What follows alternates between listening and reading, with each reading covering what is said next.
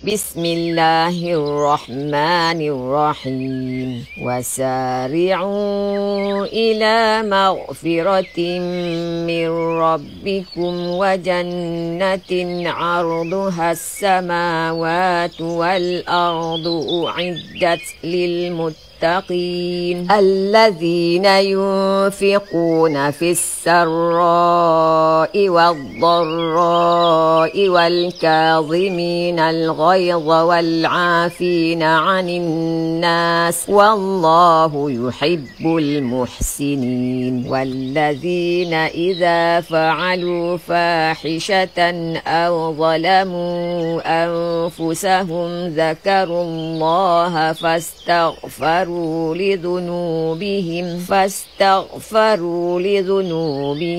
wa man yaghfiru dhunuba illa Allah wa lam yusirru ala ma fa'alu wa hum ya'lamun ulaika jazaa'uhum maghfiratun min rabbihim wa jannatun tajri min تحتها الأنهار خالدين فيها ونعم أجر العاملين قد خلت من قبلكم سنن فسيروا في الأرض فانظروا كيف كان عاقبة المكذبين هذا بيان للناس وهدى وموعظة للمتقين ولا تهنوا ولا تحزنوا وأنتم الأعلون إن كنتم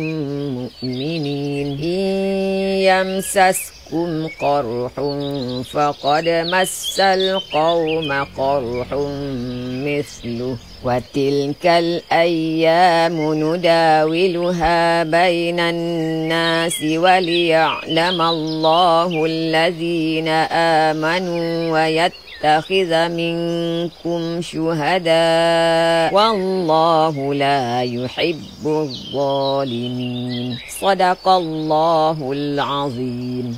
Dengan nama Allah yang Maha Pemurah lagi Maha Penyayang. Dan bersegeralah kamu kepada mendapat keampunan daripada Tuhanmu dan syurga yang luasnya seluas langit dan bumi yang disediakan untuk orang yang bertakwa, iaitu orang yang menafkahkan hartanya di waktu senang mahupun susah, dan orang yang menahan kemarahannya dan memaafkan kesalahan orang. Allah menyukai orang yang berbuat kebajikan, dan juga orang yang apabila mengerjakan perbuatan keji atau menganiaya diri sendiri, mereka ingat akan Allah lalu memohon ampun terhadap dosa-dosa mereka. Dan siapa lagi yang dapat mengampuni dosa selain Allah? Dan mereka tidak lagi meneruskan perbuatan kejinya itu sedang mereka mengetahui. Mereka itu mendapat balasan berupa keampunan daripada Tuhan mereka dan syurga yang di dalamnya mengalir sungai-sungai. Mereka kekal di dalamnya, dan itulah sebaik-baik balasan pahala bagi orang yang beramal. Sesungguhnya telah berlalu sebelum kamu sunnah-sunnah Allah. Kerana itu, berjalanlah kamu di muka bumi dan perhatikanlah bagaimana akibat